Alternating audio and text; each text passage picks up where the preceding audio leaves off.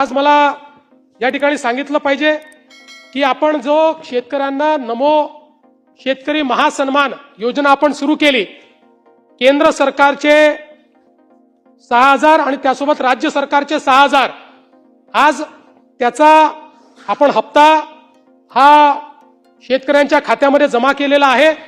आजच दुपारी माननीय उपमुख्यमंत्री शिंदे साहेब, माननीय उपमुख्यमंत्री सुनेत्राताई, कृषी मंत्री, कृषी राज्यमंत्री यांच्या उपस्थितीमध्ये 90 लाख शेतकऱ्यांच्या खात्यामध्ये त्या ठिकाणी 1800 कोटी रुपये हे आपण जमा केलेले आहेत।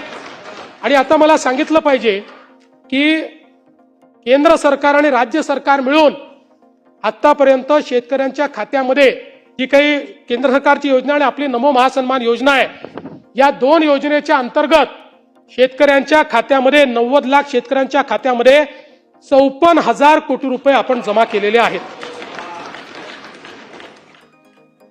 आमचे माननीय सुधीर भाऊ हे सातत्याने धानाच्या बोनसच्या संदर्भात त्या ठिकाणी आग्रही आहेत। सुधीर भाऊ, मी आपल्याला एवढं सांगतो, तत्वतः धानाला बोनस द्यायला आमची मान्यता आहे। फक्त या वर्षीची सगळी परिस्थिती जी आहे त्याचं आकलन आम्ही करतो, कारण नाही धानाला देऊ, ते अडचणीत ऑलरेडी गेले आहे, त्याचं नुकसान झालेलं आहे, पण धानालाही बोनस देण्यात येईल। त्याचा जो क्वांटम आहे आणि जी पद्धती आहे या संदर्भात लवकरच आम्ही निर्णय घेऊन पण धानाला बोनस देण्याचा निर्णय हा राज्य सरकारने निश्चितपणे या ठिकाणी घेतलेला आहे।